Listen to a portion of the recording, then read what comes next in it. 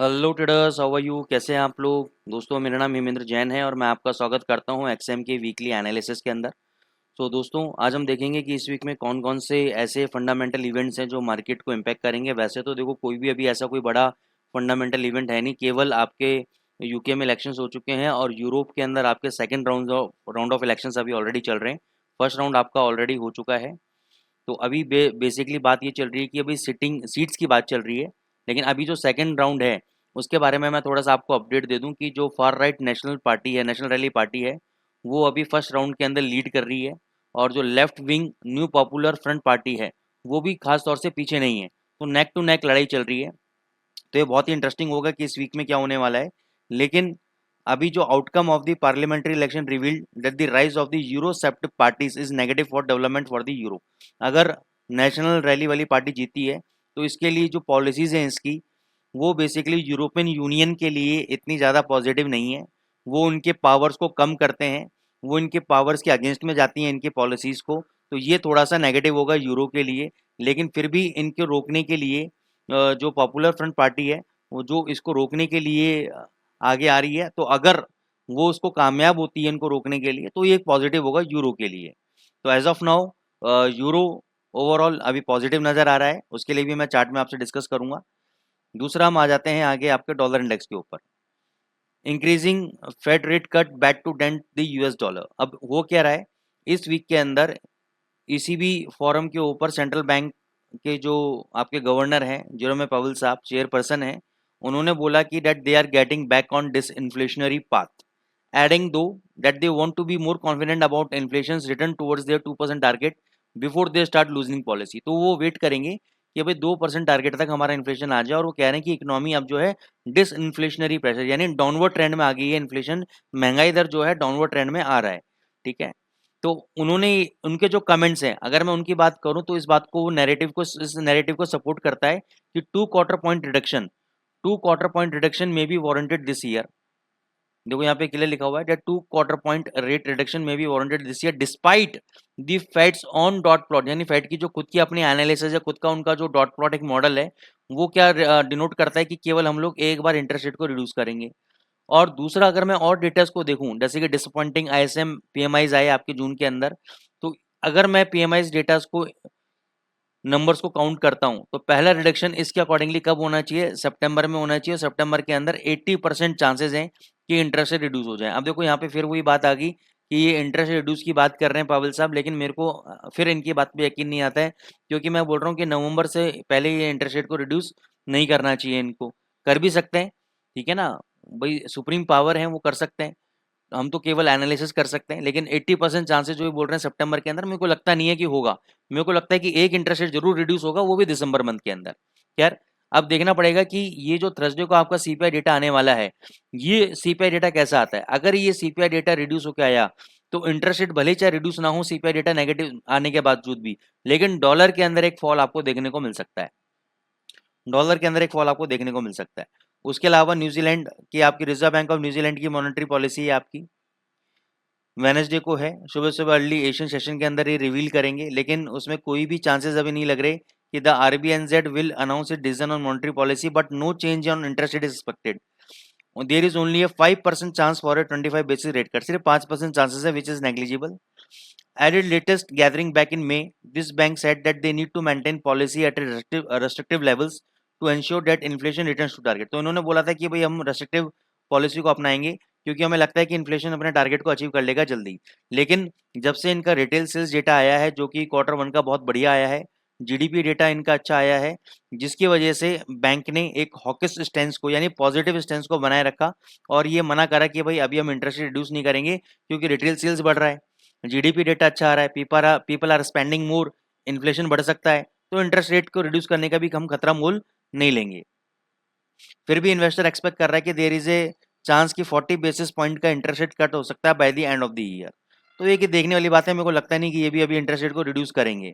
फिर आपका UK side में बहुत इंपॉर्टेंट डेटा नहीं है, मंथली जीडीपी डेटा है आपका मई मंथ का।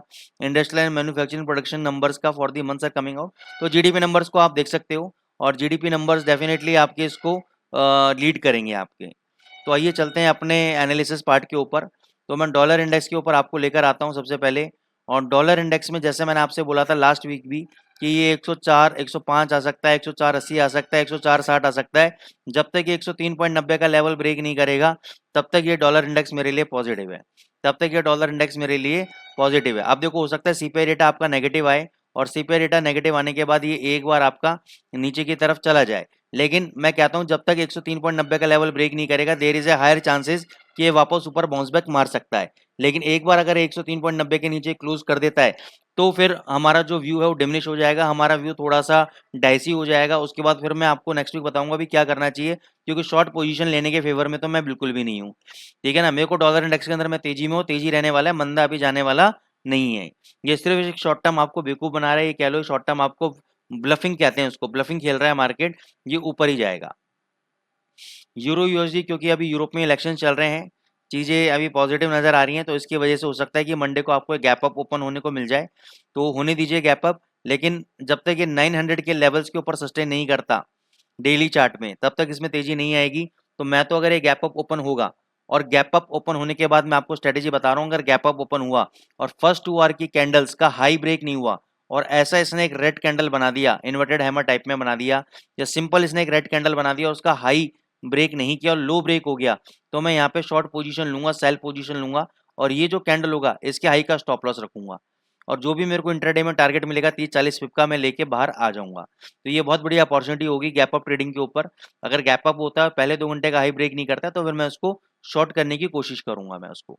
अदरवाइज 900 मेरा स्ट्रॉन्ग सपोर्ट रेजिस्टेंस लेवल है, 900 और 910 बहुत बढ़िया रेजिस्टेंस जोन है, 900 का और 910 का। इस जोन के बीच में मैं एक और शॉर्ट पोजीशन लूंगा और 910 के ऊपर अगर मान के चलो 2 आवर्स का कैंडल क्लोज हो गया और उसका हाई ब्रेक हो गया तो मैं एग्जिट कर जाऊंगा और डेली चार्ट का वेट करूंगा कि डेली चार्ट क्या 910 के ऊपर क्लोज होता है। अगर डेली चार्ट 910 के ऊपर क्लोज होगा तो मैं लॉन्ग पोजीशन लेके जाऊंगा, फिर यहाँ से 1.100 तक भी आपका यूरो यूएसडी जा सकता है।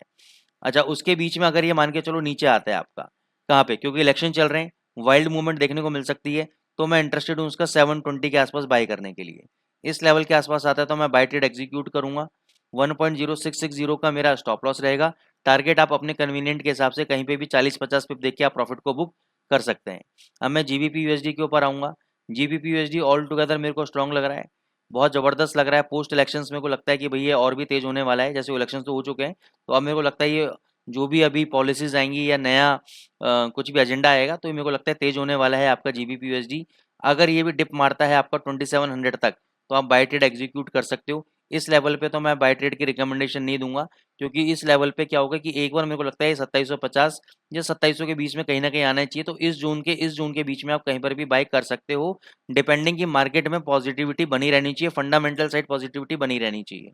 2600 का आपका फाइनल स्टॉप लॉस है, ये जब तक नहीं टूटता तब तक मेरे लिए जीबीपी यूएसडी तेज है। ये 2900 भी जा सकता है और 3000 तक भी जा सकता है। जीबीपी जेपीवाई ऑल टुगेदर मैंने आपको लास्ट वीक भी टारगेट दिया था $206 का, $206 का टारगेट अचीव हो गया। अभी भी मेरे लिए तेज है, हो सकता है $210 चला जाए, लेकिन इस लेवल पे मैं कुछ भी कहना पसंद नहीं करूंगा। ओवरऑल स्ट्रॉन्ग है, अभी करेंसी पेयर स्ट्रेंथ है, लेकिन ट्रेड नहीं लेना चाहिए अभी फिलहाल। एयूडी यूएसडी आपने बहुत अच्छा ट्रेडिंग रेंज से ब्रेकआउट दिया है, ये देखो बहुत लंबे एक ट्रेडिंग रेंज था, इस ट्रेडिंग रेंज से इसने ब्रेकआउट दिया है, तो मैं ये कहूँगा कि every dip is a buying opportunity as of now. तो कोई भी डिप अगर आपका 6680 तक आता है, 6680 तक अगर आपको कोई भी डिप आता है, केवल आप बाय ट्रेड एग्जीक्यूट करें। 6620 का अपना स्टॉप लॉस रखें, this is your stop loss level. Profit आप अपने हिसाब से भी जितना आपका स्टॉप लॉस है 1:1 का रेशियो रखते हुए प्रॉफिट को आप बुक कर सकते हैं। यूएसडी कैड में मैं बायर हूँ, यूएसडी कैड में मैंने फ्राइडे को भी अपने पर्सनल अकाउंट में बाई किया था, ये मैं डिस्क्लेमर देना चाहूँगा यहाँ पे। 3600 पे मेरा स्ट्रॉन्ग स्टॉप लॉस है, इसके अंदर अगर नीचे क्लोज हो गया तो अगला टारगेट 3550 है और 3470 है। तो मैं क्या करूँगा, अगर यहाँ पे मैं बाई करता हूँ और 3600 का स्टॉप लॉस रखता हूँ और ये स्टॉप लॉस मेरा हिट हो जाता है, फिर मैं 3550 के लेवल को टूटने दूंगा, फिर मैं 3500 के आसपास और 3550 के बीच में, अभी देखो ये लेवल कोई भी हो सकता है, मेरे को नहीं पता है कहाँ तक डिप लेगा, 3510 पे जाके टर्न अराउंड होगा, 3520 पे जाके टर्न अराउंड होगा, ये आप लोगों को एक बार वीक में देखना पड़ेगा। लेकिन ये जो जोन है ये बहुत बढ़िया जोन है जहाँ पे आप बाय ट्रेड एग्जीक्यूट कर सकते हो और 3470 का अपना एसएल रख सकते हो और बाउंस बैक पे आप बहुत बढ़िया प्रॉफिट्स को बुक कर सकते हो आप। तो ये आपका रणनीति रहेगी यूएसडी कैड के अंदर। यूएसडी सीएचएफ की अगर मैं बात करता हूँ, यूएसडी सीएचएफ यहाँ तक हमें बहुत स्ट्रॉन्ग लग रहा था, लेकिन मैंने आपको बोला था भाई 9050 इसका एक बहुत स्ट्रॉन्ग रेजिस्टेंस लेवल है, एग्जैक्ट उसी लेवल से टर्न अराउंड हुआ, नीचे आया, एम पैटर्न यानी लोअर हाई लोअर लो बनाया और नीचे आ रहा है।